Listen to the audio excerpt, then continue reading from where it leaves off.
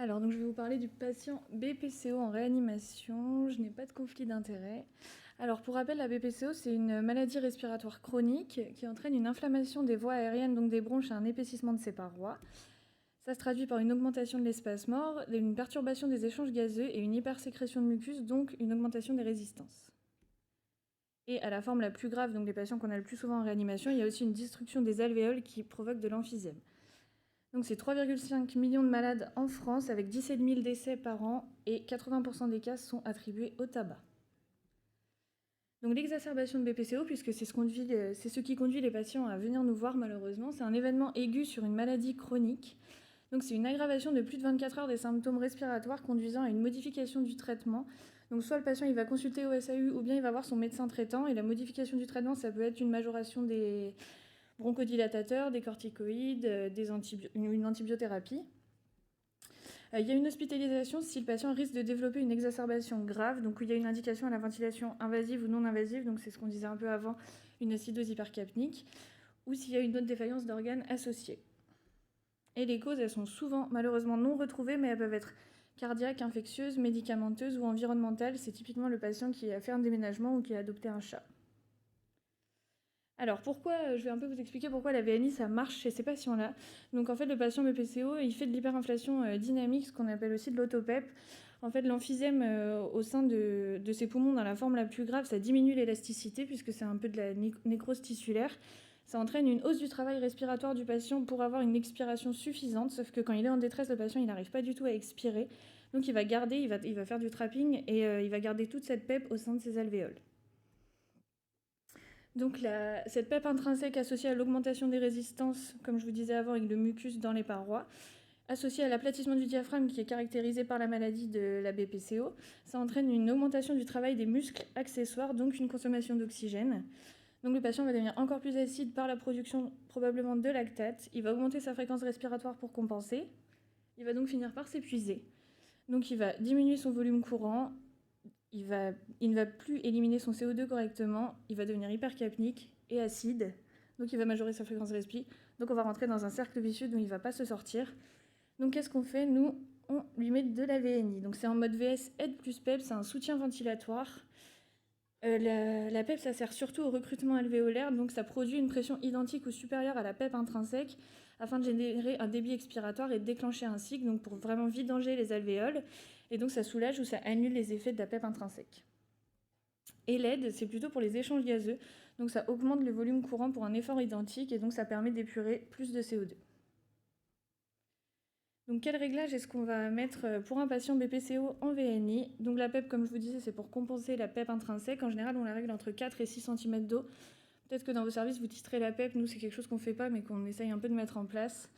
Et elle est à augmenter si l'effort inspiratoire n'est pas récompensé par un déclenchement. Ensuite, l'aide, donc comme je vous disais, ça sert surtout à augmenter le VT, en général entre 8 et 12 cm d'eau. On l'adapte selon la FR et le volume courant expiré, sachant que plus le patient s'améliore, normalement, plus on va pouvoir diminuer l'aide. Le trigger inspi, donc c'est la pression qui est nécessaire au déclenchement. En général, on est entre 1 et 1,5 litres minute et elle est à augmenter si elle est responsable d'insynchronie. Et la pente, c'est la vitesse de montée en pression. Pour un patient classique qui n'a pas de problème respiratoire, elle est en général entre 75 et 100 millisecondes. Pour un patient obstructif, on a besoin qu'il ait une montée en pression très rapide. Donc on met plutôt une pente très raide. Et le trigger expiratoire, donc c'est le passage à la phase expi. Le patient, quand il est en VSED, enfin en VNI, il est en VSED, c'est un petit peu comme quand ils sont en vac, on met un rapport issureux à 1/3. On a besoin d'une expiration très longue, là c'est pareil, on va mettre un trigger expi qui entraîne une expiration longue, donc plutôt à 60%. Donc ça veut dire que quand le débit inspiratoire de pointe a décéléré de 40%, ça entraîne une ouverture de la valve. Alors la PEP intrinsèque, on la détecte sur les courbes comme ça. Ça, c'est une courbe quand il y en a, et ça devrait ressembler à ça. S'il n'y a pas de PEP intrinsèque, c'est qu'il persiste un débit expiratoire positif en fin d'expiration. Au niveau des objectifs de saturation, physiologiquement, vous et moi, notre centre de la ventilation, il est au niveau de notre bulbe rachidien, mais le patient BPCO, il vit en acidose respiratoire compensée permanente, donc la montée de sa capnie va pas entraîner une compensation respiratoire. Donc le relais, c'est les chémorécepteurs à la PaO2, donc c'est la désaturation du patient qui va entraîner une majoration de son travail respiratoire. Donc si on lui administre de l'oxygène pour une saturation supérieure à 95%, ce qui va se passer, c'est que la saturation en oxygène dans l'hémoglobine va augmenter. En fait, l'hémoglobine, elle a une affinité pour l'oxygène et le CO2, mais elle a une largement plus forte affinité pour l'oxygène. Donc s'il y en a plein dans le sang, elle va tout capter, elle va relarguer tout le CO2 qu'a porté. Donc ça va entraîner une hypercapnie. Et il va y avoir une diminution de la stimulation de la ventilation par l'hypoxémie, puisqu'il va plus désaturer, il va, on peut dire, un peu oublier de respirer. Donc il va encore augmenter sa capnie. Donc on vise, ça c'est prouvé, c'est 88-92% de saturation pour un patient BPCO. Mais dans le doute, l'hypoxémie, ça tue beaucoup plus rapidement que l'hypercapnie, donc on administre quand même de l'oxygène. Mais s'il n'en a pas besoin, on ne lui en met pas. S'il a 90 de SAT, tout va bien. Maintenant, je vais aborder un cas clinique rapidement, un peu pour vous parler des enjeux éthiques dans la prise en charge du patient BPCO. Donc, c'est 2 patients qu'on a eu en réa à Cochin. Un premier patient de 75 ans qui rentre pour une détresse respiratoire aiguë par le SAMU. Il a une BPCO post-tabagique qui est quand même grave puisqu'il a de l'emphysème, qui est un stade avancé, mais il n'a pas de VNI ni d'oxygène à la maison. Et il est passé 2 fois en réa, mais il n'a jamais été intubé. Et monsieur S, qui a 10 ans de moins, qui a aussi une BPCO post-tabagique emphysémateuse, qui fait de la VNI la nuit et la journée chez lui et qui est aussi sous oxygène, qui est passé 14 fois en réa et qui a été intubé 2 fois. Donc le premier patient, il fait un peu le tableau que je vous disais un peu avant d'exacerbation classique. Il va voir son médecin traitant qui le met sous antibio. Puis finalement, 2 jours plus tard, sa femme le trouve plutôt somnolent. Elle prend sa saturation à la maison, il a 70 de SAT. Et au gaz du SAMU, on retrouve une grande acidose hypercapnique avec 120 de capnie. Tandis que monsieur S, il sort de 30 jours d'hospitalisation chez nous pour une exacerbation. Non, il est à 30 jours d'une hospitalisation chez nous. Et il fait la détresse respi à nouveau au domicile, donc il appelle le SAMU. Finalement, au gaz, il est un peu moins acide, mais il est quand même hypercapnique à 86, donc il le met sous VNI et il le transfère chez nous. Chez nous, monsieur P, il s'améliore rapidement. Il fait de la VNI intermittente la journée et continue la nuit. Il fait un relais sur petite machine et finalement, on le sort en USC pneumologie à J5. Monsieur S, il majore sa détresse respiratoire, il est vraiment pas bien. Il nous en avait déjà parlé sur les hospitalisations précédentes finalement. Il exprimait une grande souffrance, il avait déjà rédigé des directives anticipées largement en amont. Donc finalement, en accord avec le patient en premier lieu, l'équipe de pneumologie et notre équipe, on a introduit des soins de confort. La VNI est poursuivie à sa demande parce qu'il en avait vraiment besoin et il décède à de la prise en charge. Donc tout ça pour dire que la prise en charge d'un patient BPCO en réa, ça se décide bien avant qu'il soit dans le camion du SAMU.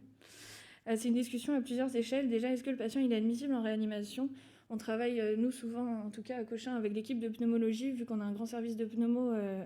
C'est des patients, en général, quand ils viennent chez nous, c'est qu'ils sont suivis aussi chez nous. Et des consultants extérieurs s'il y a une maladie associée. Ensuite, s'il est admissible en réanimation, est-ce qu'on ira jusqu'à intuber ce patient ? Je pense que vous avez tous eu la question dans vos services. Ça va dépendre du stade de la pathologie. S'il a de l'oxygène, comme je vous disais, le patient avant, monsieur S, il avait déjà de la VNI quasiment continue, même à la maison. Et ça dépend aussi des facteurs de risque de sevrage difficile, comme la dénutrition ou bien les comorbidités, les maladies associées. Et ça dépend évidemment des directives anticipées du patient, et on interroge la famille s'il n'est pas en l'état de savoir s'il a rédigé quelque chose qui pourrait nous transmettre. Si on décide de ne pas intuber le patient, donc on part sur une limitation, un arrêt des soins et on l'accompagne. Donc au cours de la 3e conférence de consensus commune de la SFAR, de la SPLF et de la SRLF, ça a été décrit que chez les patients en fin de vie, la VNI ne se conçoit que si elle leur apporte un confort. Ça paraît évident, mais au moins c'est écrit quelque part, c'est acté. Donc si besoin, on introduit des sédations de confort par midazolam et morphine IVSE de manière générale. En tout cas, nous, c'est ce qu'on fait chez nous. Et l'accompagnement palliatif, il est classique par ailleurs. Au niveau de l'implication de l'équipe, donc c'est des patients particuliers, les patients BPCO, puisque c'est des patients chroniques dans un service aigu. On ne les revoit pas tous les jours, nos patients de réa, ils ne reviennent pas tous les mois, contrairement à d'autres services. C'est des patients qui ont une bonne connaissance de leur pathologie, et je pense que vous, comme moi, ce pas les patients qui sont les plus faciles à prendre en charge, finalement. Et on sait que la prise en charge de la VNI, c'est chronophage dans l'instauration, dans la surveillance et dans l'accompagnement. C'est quand même des patients qui sont en grande détresse respiratoire, donc la communication est extrêmement difficile. La prise en charge initiale, elle est différente. C'est des patients qu'on va vraiment essayer de ne pas intuber. Enfin, en tout cas, on va pas retarder l'intubation si c'est nécessaire, mais on va vraiment essayer de l'éviter. Comme je vous disais, il y a des grandes difficultés de communication. C'est des patients qui souvent, moi en tout cas, j'ai eu souvent le cas, c'est des patients qui, dans les 24 voire 48 premières heures, ils veulent rester au fauteuil, ils sont trop dyspnéiques, ils arrivent à rien faire, c'est trop difficile pour eux. Et puis il y a aussi du coup la prise en charge de l'anxiété forcément, parce que comme pour tous les patients en détresse respi, et souvent les benzos et les anxiolytiques ils sont contre-indiqués. du fait de leur effet dépresseur respiratoire. En tout cas, nous, on en fait très rarement. Après, il y a aussi des moyens non médicamenteux, comme on fait un peu tous les jours pour tous nos patients, tout ce qui est réassurance et ce genre de choses. Mais comme je vous disais, on est dans des services aigus et parfois, on n'a pas toujours le temps. Donc la VNI, c'est aussi un traitement, ça se met pas en 1 minute ou 2 minutes. On réévalue le patient précocement, on doit prendre le temps de s'installer avec lui et de faire ça bien. Voilà, donc finalement, la prise en charge d'un patient atteint de BPCO, c'est une prise en charge singulière, personnalisée. Comme je vous disais, c'est des patients chroniques en soins aigus.